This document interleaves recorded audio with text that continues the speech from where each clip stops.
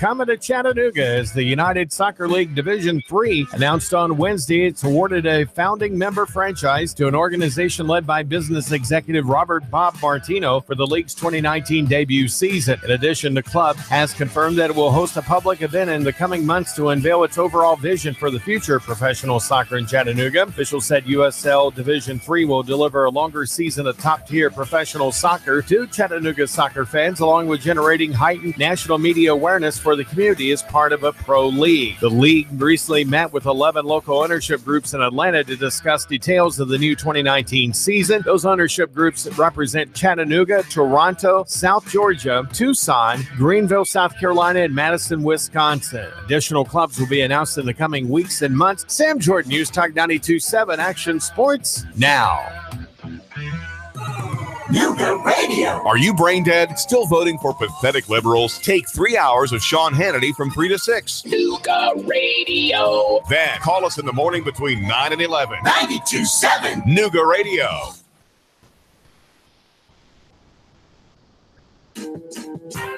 Oh, good morning, good people in the city of Chattanooga.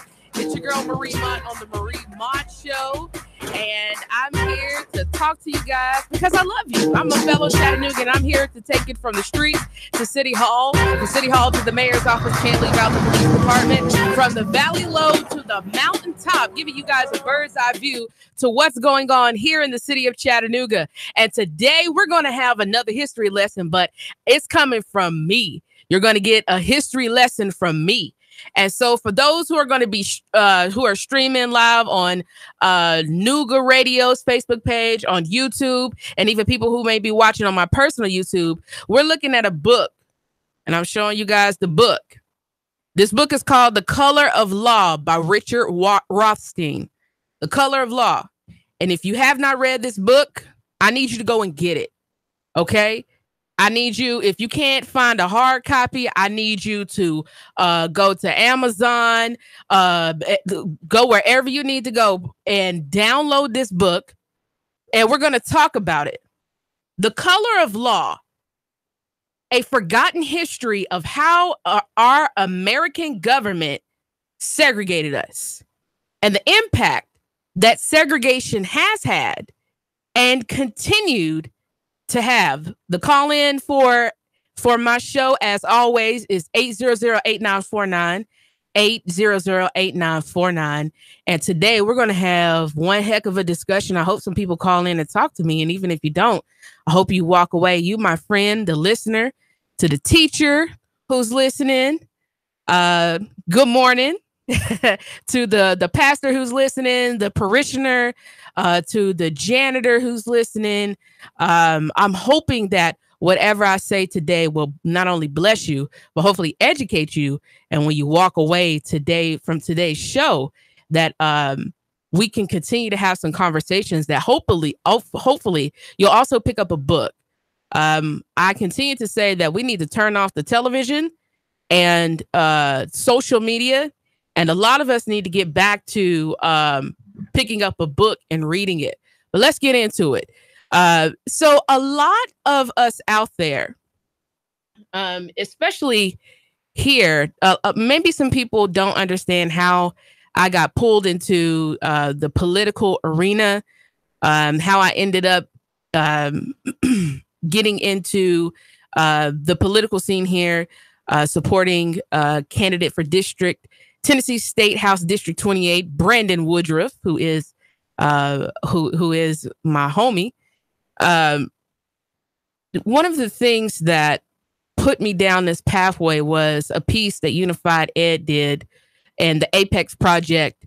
Shout out to Unified Ed and the Apex Project on bringing, they were talking about segregation in schools, in our schools here in the city of Chattanooga.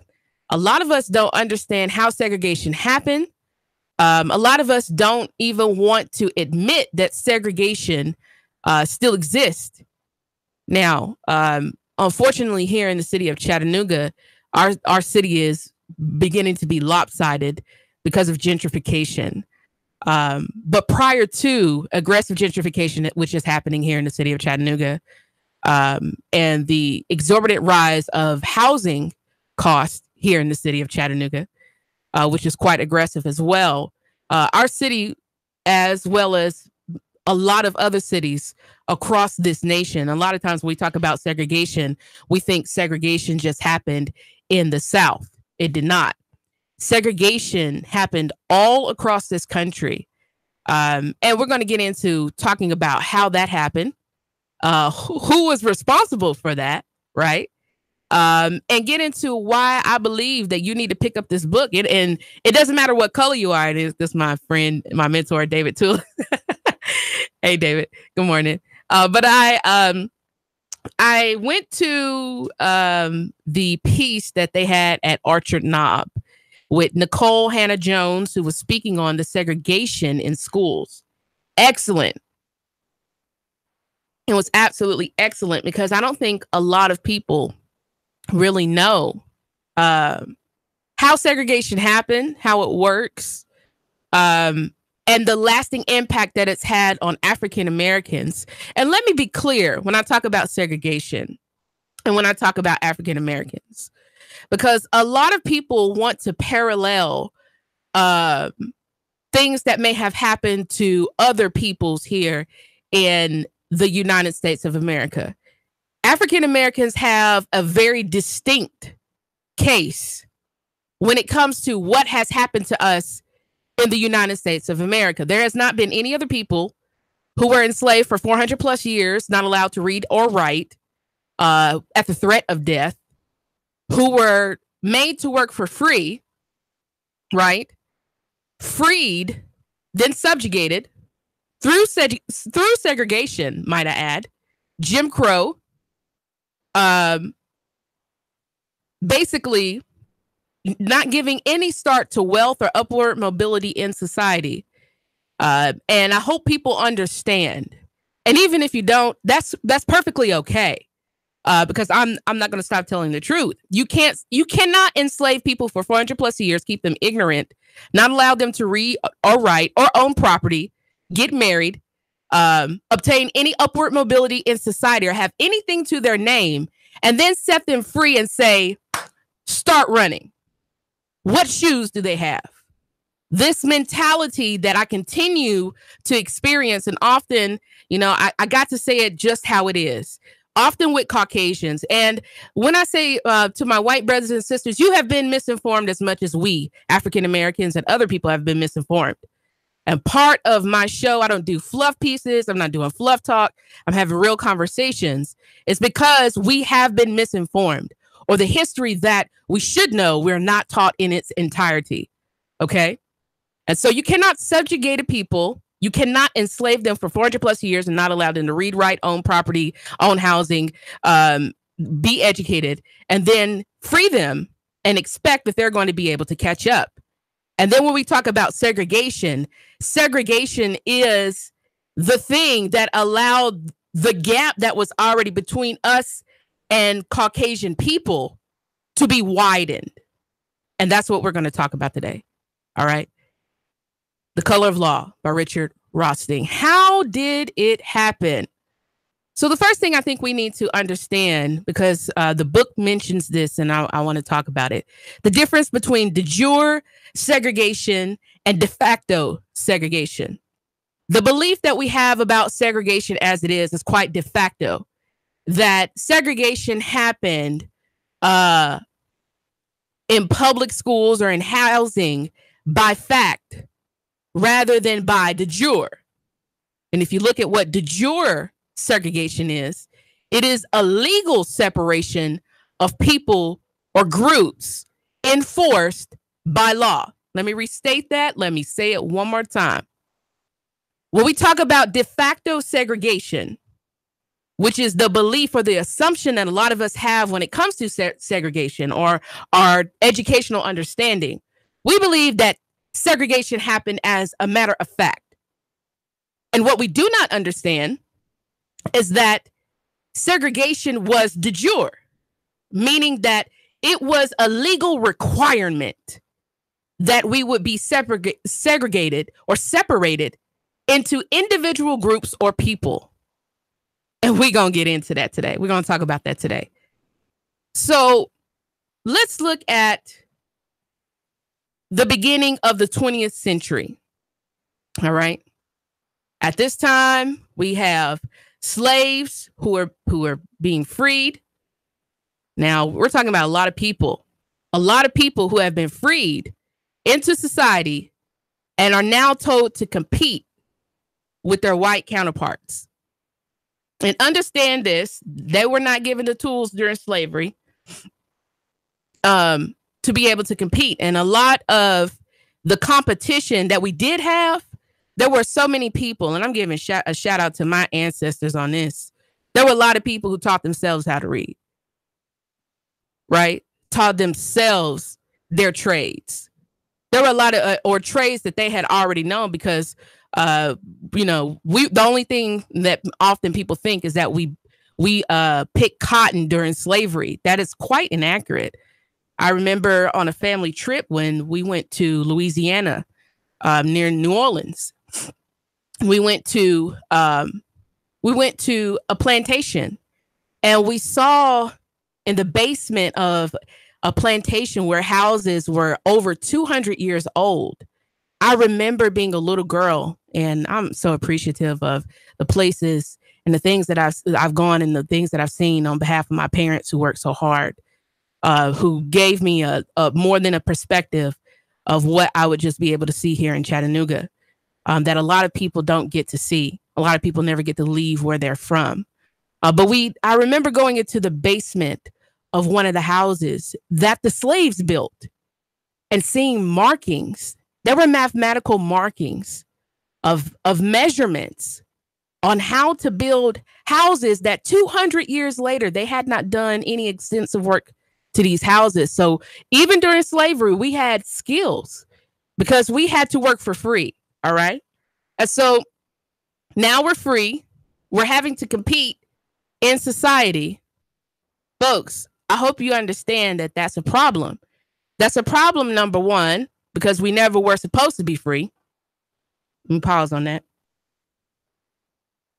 We never were supposed to be free. And now we're free. And I hope we don't think that that anyone was going to make it easy. Now we're free. They were going to make it easier for us to be able to compete and to remain free in a sense of obtaining what the Constitution says, which is the pursuit of life, liberty, and happiness. All right. So we have at the turn of the century, people who African-American people, tired of slavery, tired of treatment, who began to leave the South and go up north. Black people who had never been west start leaving the South and going westward as well. And so we see this migration of Black people all across this country. And again, if you want to call and talk to me, 800-8949. This migration of Black people, not only leaving because of treatment, but also looking for economic opportunity, looking for jobs. Okay. And so we go up north or we go west. We spread out. We leave the South. A lot of us leave the South looking for an opportunity of building a new life here in America. And so because of that, now you got to, I want us to think about this honestly. You're a slave who has been freed, or maybe the children of slaves. Now, imagine, if you will, do you think that you can walk into a bank and ask for a loan to buy a home? The answer to that question would be no. Unfortunately, there were a lot of white people who found it difficult to be able to afford loans. At this point in history, I believe that you had to put down almost 1/3 of the amount of the home down as collateral. That's a lot of money even back then, folks. A lot of the problems that we have in this country, they're not born yesterday. They're not 30 or 40, 50 years old. When the further we get into this, we'll begin to understand that when we start talking about housing, we're talking about an issue that's over 100 years old. Pause and think about that. We've been talking about affordable housing for over 100 years. So, the turn of the century, we have people who have migrated to other parts of the country who are looking for homes, looking for opportunity, looking for building the American dream or a better life than they had ever had in the South.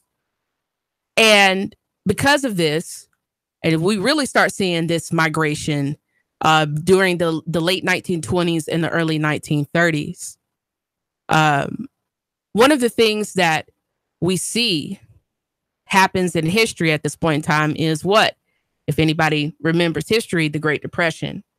This is around the time where my grandmothers were born during the Great Depression. So because of economic collapse, it made it difficult for anyone to secure loans. And so at this time, we have FDR, who is often held as the man who turned the country around. But what I don't think a lot of us know is that even prior to FDR, we had policies, let me say that, policies in place that prohibited African-American people from obtaining certain types of loans, buying homes in certain areas, off of the sole opinion that they were risky investments. It wasn't something that was actually solidified or proven. It was an opinion that we were risky people to bet on. And so what FDR had a chance to do during the Great Depression was really deal with small sort of economic policies that segregated America. But instead, what we find is that FDR rather bolstered segregation and institutionalized it. We're going to get into that today. And let me reiterate that it's not that any of this is really new. It's not new. It is that a lot of us have forgotten this history. So we have, excuse me, we have FDR, who encourages banks and institutions and starts underwriting policies that are based on a color-coded map in areas of blue, red, yellow, green, white, gray. Red areas were the areas that they did not want to invest in, minority areas. Yellow areas or green areas were where they wanted to invest in maybe your lower income Caucasians. And then the blue areas were the absolute best, cream of the crop. And so we see that there is a divide in economic policy from FDR's administration that solidifies segregation from a policy standpoint and encouraging and basically not just encouraging, but writing into deed policies. A perfect example of this is Levittown. And so let me go back. When we talk about de jure segregation and not de facto, it's not a matter of fact. This is segregation happened because of legal policy.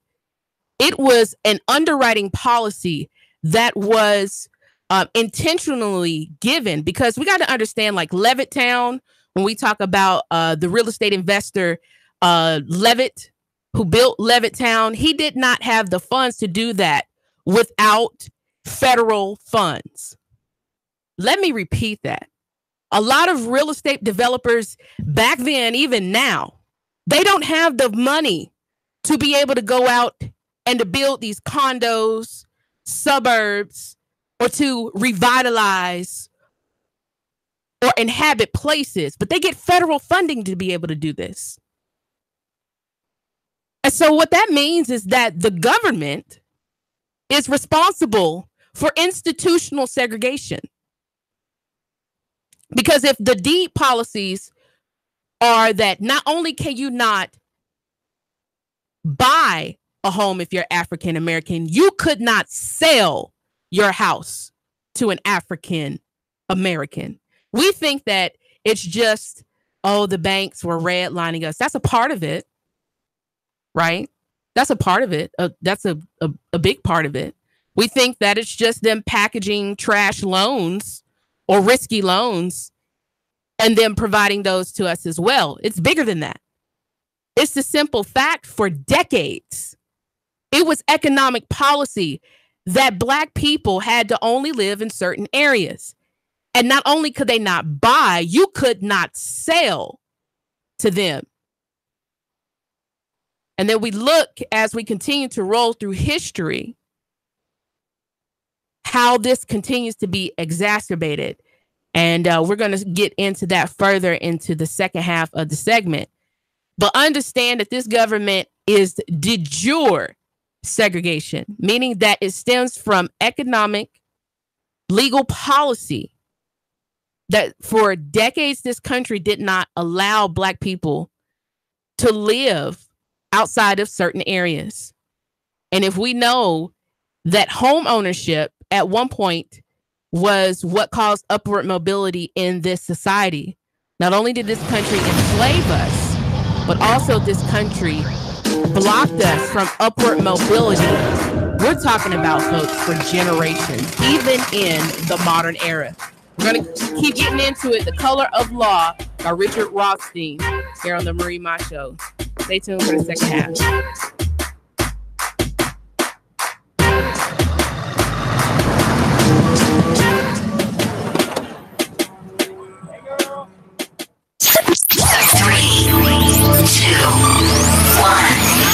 Chattanooga Radio. Digital FM 95.3 HD4. 92.7 FM's news now. Authorities in North Georgia say marijuana was sold right out in the open, labeled as a non-THC containing herb. Riskil Kumar Patel and Tankant Bajwa both arrested, booked in the Catoosa County Jail. The products claim to not have THC in them, which is a psychoactive ingredient marijuana, but prosecutors say it was full-on marijuana. Warrants out for a fatal hit-and-run suspect. Israel Martin Alonzo wanted for the killing of 62-year-old Donald Rackley, who was hit by a speeding vehicle on Norcross Road Monday morning. This 18-year-old has warrants out for his arrest. Jeffrey Harris was identified as the pedestrian who was killed on Highway 153 Saturday. His body discovered hours after the fact. Reports say his body was thrown by the impact. The traffic division still investigating his death to find out who's responsible. So far, no suspects named. Russell Stroud, Nooga Radio News Talk 92.7 Action News now. I live, work, and play in Chattanooga, the scenic city. But when it comes to my next car, truck, or SUV, I'm Alabama bound. Fort Payne, Alabama, and Landers McClarty Ford. Big city selection of new and pre-owned vehicles with the small town price and friendly service. Now, I'm not knocking my hometown, but when it comes to my next ride, I only go to Landers McClarty Ford of Fort Payne. Their selection is huge. Then if I can't find what I want, they'll find it for me with the same low price, same great service, and only a short drive away. And I can go online to look around before I leave the house. Got that next dream ride in your head yet?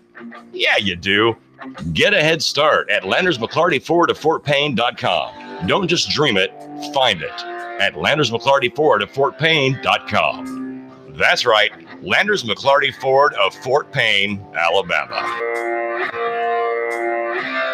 Nooga Radio. Roar into Talladega. Hello? Who am I speaking with? Eric. You're our winner. Really? You'll receive tickets for all three races between the Camping World Truck Series, Xfinity Series, and the Monster Energy Cup races. Holy cow. In addition, you'll receive a 2-night stay at the Microtel Hotel and restaurant accommodations at 2 area restaurants. Nooga Radio. Roar into Talladega. Nooga Radio. 92.7. Your NASCAR racing station. Nooga Radio 92.7 FM. Nooga Radio 92.7. You've seen the signs on the side of the road, the negative ads flooding our mailboxes. While all of this may make for a good headline, it's a bad deal for the voters of District 30.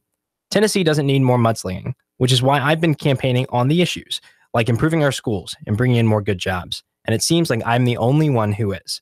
My name is Joda Tongnapnua, and I'm running to be your state representative. I'll be on your ballot in November. If you believe in issues over insults, then I'm also asking you to write in Joda on Thursday, August 2nd. Paid for by Joda for TN30. Your home is a constant work in progress. Repaint the walls? Yeah, easy enough. Leaky faucet? There's a video for that. But roof repair? You might want some help. That's where Chattanooga roofing contractors come in. They have 3 generations of roofing excellence you can count on. Leave the ladder in the garage.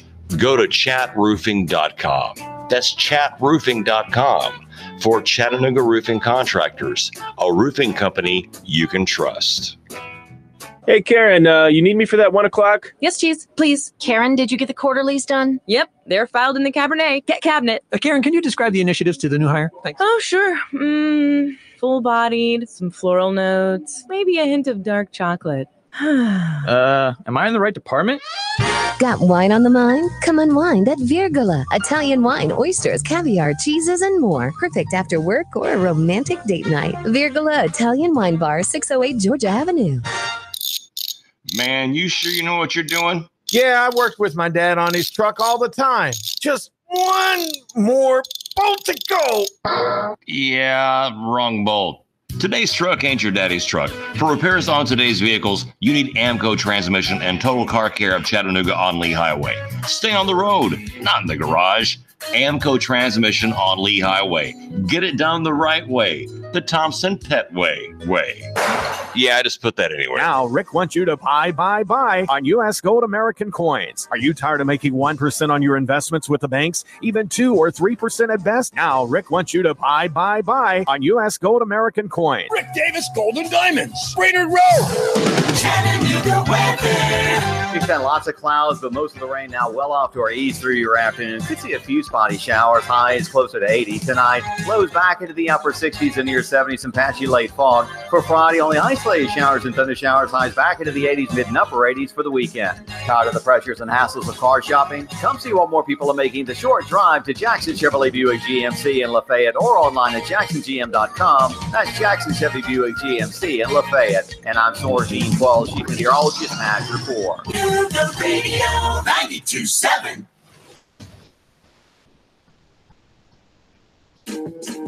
Oh, good morning. We're picking up after the break. We were talking about the color of law and how, unfortunately, this country has enshrined segregation into its policy, that it is not de facto. It is not just a happenstance that African American people have been at a disadvantage in this country. And it is not just because of banks. It's not just because of a few of Caucasian people that we may know or have gone to school with. But this was something that the country did in an attempt, number one, to restore the country back into what it was prior to the Depression. And because we found ourselves at a very unique point in history. We had come out of the Depression. War is expensive. So because war is expensive, that created a lot of jobs and a lot of opportunity. People had to build ships and jeeps and ammunition. And we see that because of this, we had women that could get into the workforce.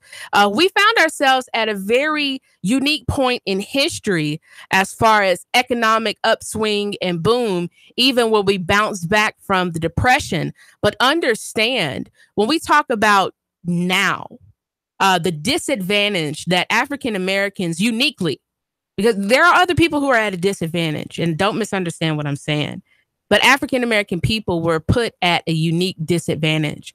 And our claims, when we talk about the dreaded word that I know people cringe when they hear it, reparations. When we talk about reparations, a lot of people think that reparations for African American people is just handing us money. And when the truth is that if we're not changing our economic policy, even if we got reparations in the form of somebody just handing over trillions of dollars, if that's what they assess the damages of our claim against the United States of America was worth, if we didn't change the economic policy of how we could get housing, of how we're distributed as people in urban areas, of how that impacts our children. That is a direct impact of how we are policed. It's no reason for police to harass loads and loads and loads of Black people if we're not concentrated. So stop and think about that. Would we need a community oversight board if we had proportionate people in the inner city? No, there would not really be a distinction. And it would be would our children go to the majority of the failing schools be in the Black areas in Chattanooga if it wasn't segregated? Would Unify Ed and Apex need to bring an outside person from the New York Times to come and shake our heads and awaken us to the fact that segregation and, in fact, racism is an institution?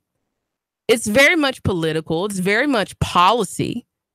And until we acknowledge that segregation did not just happen because somebody wanted us to live in certain places, but we had policies that came before, Franklin Delano Roosevelt, but Roosevelt bolstered up the systemic disadvantage that we experience and made it so that the underwriting policies that came out of the Homeowners Loan Corporation are called HOLC. Understand that prior to his predecessor, Franklin Delano Roosevelt spent $3 billion. Whew. Now, $3 billion then, I can't imagine what that constitutes to now. $3 billion. Understand that segregation was a $3 billion investment. Oh, I know some people probably cringe and listen to this, but this is cool. $3 billion investment that he made refinancing mortgages, trying to encourage people to buy homes. Part of this stimulation, and this is where we start getting affordable housing. I think a lot of us misunderstand. Affordable housing came from a need of wanting to put white people into homes, not really Black people. And when we look at historic affirmative action, it really was intentionally in the beginning for Caucasian people to help them get into homes and help them have upward mobility into society. And so understand what that means for people coming out of slavery. Well, we have institutional policy that puts them at a disadvantage. And we know for sure here, and I can link you guys to article after article. As a matter of fact, the Times did an article February 25th, 2018, 50 years after the Fair Housing Act, neighborhoods in Chattanooga are still segregated. Folks, it's not a mistake of what has happened. It's not a mistake that all of the failing schools that looked at being taken over by the state of Tennessee are in one concentrated area in the city, are within one district, which is District 28. It's no surprise because we weren't allowed to live anywhere else. Cameron Hills, where Blue Cross Blue Shield is, that once was where African American people were concentrated here in the city of Chattanooga. We weren't allowed to live past Cherry Street.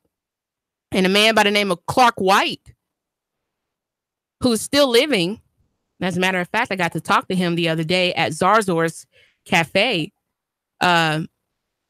remembers clearly when his father, who was a veteran and used the GI Bill to not only get a bachelor's from Tuskegee University, but also a master's from TSU.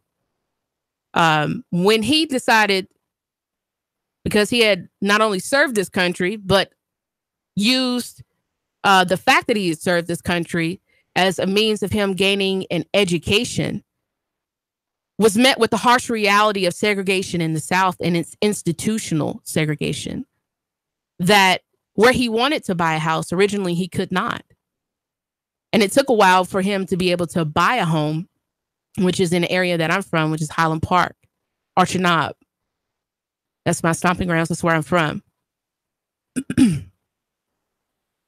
Folks, so let's continue to talk about it. $3 billion investment.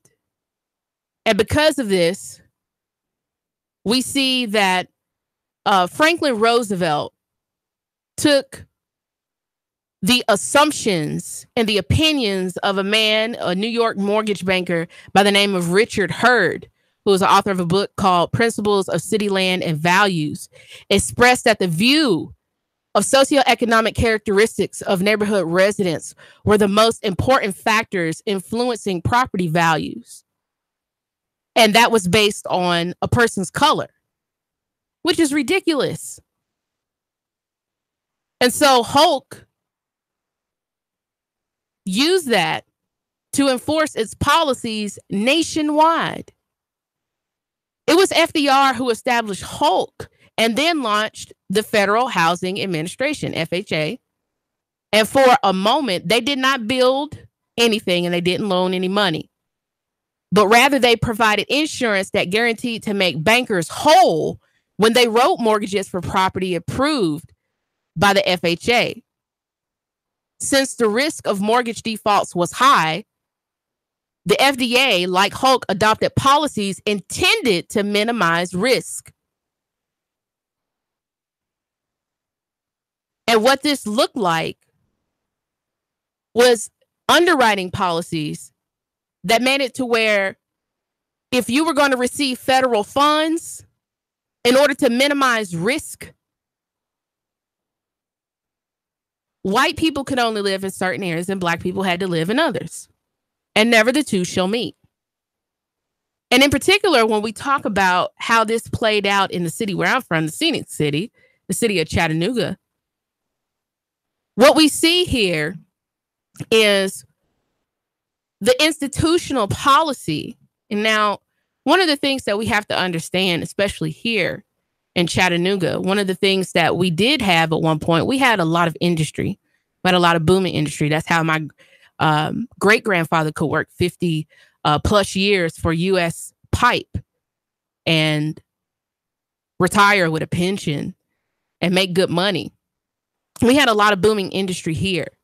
And at the time, we had a lot of African Americans who, even though we were segregated, we had the opportunity to work at places and be able to make a living, buy homes. We couldn't buy them where we wanted to, but we could purchase homes and have some sort of economic stability.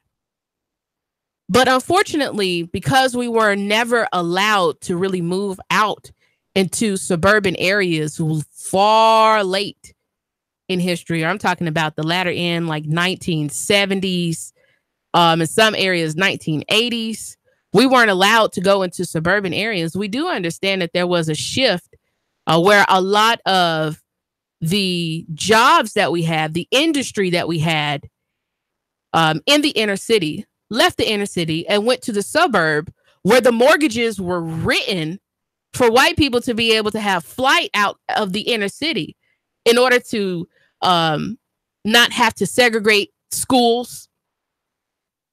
Folks, we're dealing with a dirty history, and that's okay. The phone lines are dry because I hope a lot of people are listening out there that racism and segregation is an institution. And if you want to spar me on that, please call 800-8949 and we can have a beautiful chat. But I think hopefully we're learning today. And I really, really hope you pick up the book, because a lot of us, again, we do not understand how this all unfolded and how we continue to deal with the problems that we continue to deal with. And part of that is because we have economic policies that we should abolish that are based on color and the presumption that not only should we live in certain areas, and not only are certain people worth more in investing in, but that the federal government, as well as state and local government, has spent millions, probably on the local level, billions, probably trillions at this point, of dollars ensuring that we do not have upward mobility on the basis of home ownership in certain areas because we're risky investments, right? And we don't deserve to live anywhere other than what is the color of law. Maps that were colorized to show where you could live and where you couldn't. That's policy. And that goes into zoning ordinances, redlining, urban revitalization, which Chattanooga is experiencing right now, or gentrification, as we just say it, if we keeping it real. This was policy. It's not happenstance that all of this unfolded. And it's not happenstance that when we talk about educational ills, when we talk about how inequities, when we talk about how we're treated in this society, when we talk about all of it, how we're over-policed, how several banks last year, it came out that they were only approving 5% of African-American loans. Hello? Anybody remember that story? What that says is that this is deeper than just perception, but that we have a government that has policy that remains even now, that ensures that advantage and funds do not make its way, and opportunity do not make its way to people here in the city of Chattanooga. And when we do see the dreaded diversity, because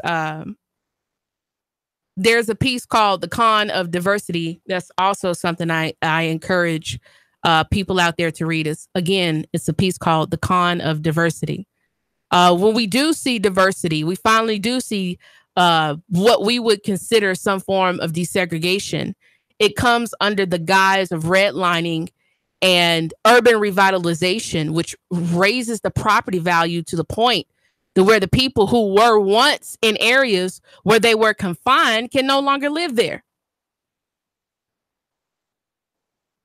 And so that's how we can see Chattanooga has a housing problem, and how Chattanooga just a few months ago had Tent City, and how Chattanooga continues to struggle with its educational system, and how Chattanooga is now having more and more problems with the Chattanooga Police Department. Oh, we got somebody calling in. Good morning, good morning, good morning. Call and talk to me. Yeah, I wanted to mention, one thing that nobody ever takes into perspective is with the gentrification, that it affects elderly on fixed income no matter what color you are, and we need to make sure that we're taking care of our elderly as well, who are being overlooked in a lot of instances. I agree. There are a lot of people who are affected, by, our zoning laws. But I think it's important to mention, because if we go back to, I believe it was 1887, and a Chattanooga Times Free Press article that said Chattanooga was a city of Negroes.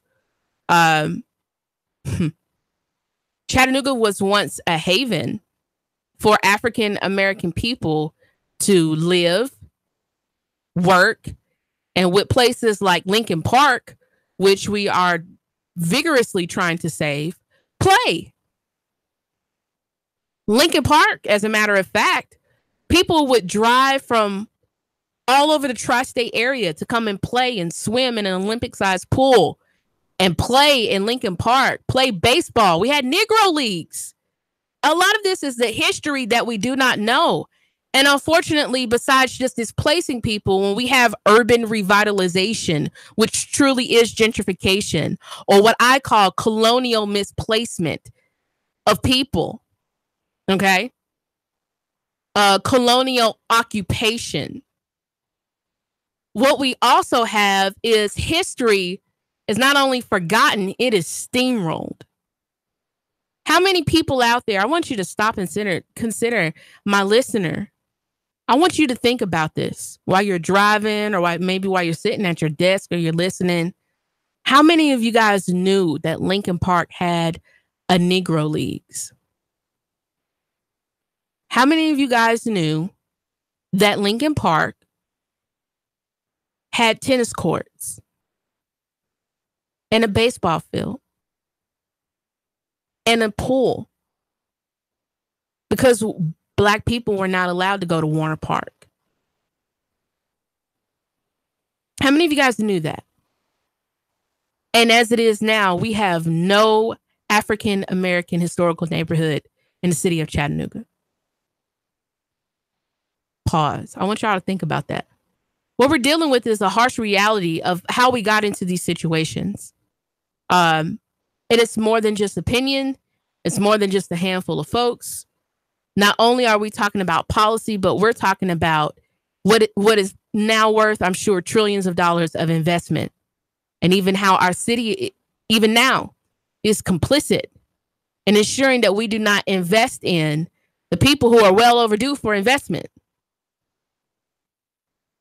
And now, yes, we have elderly people who are being misplaced because of, they've always owned their homes. Not that they never owned their home. They've always owned their homes, but they're on a fixed income. And now they can't afford to live in the neighborhood that they've lived in for 50 years. Because now it's a cute place to live. Now, because we're not on Walter Cronkite's show about how dirty our area is, now downtown Chattanooga and its surrounding areas is the happening place. And so now not only have we put people at a disadvantage and we shoved them into corridors here in the United States of America as far as where they could live, where they could work, where they could play. But now in the places where they were only allowed to be, now we are having instances from monetary investment and policy that is ensuring that these people now lose what little they did have. Folks, pick up the book because we're about to close out The Color of Law by Richard Rothstein and understand that this is not happening and a lot of the problems that we will continue to have until we begin to shift the policy to right the wrongs of what has happened to people of color.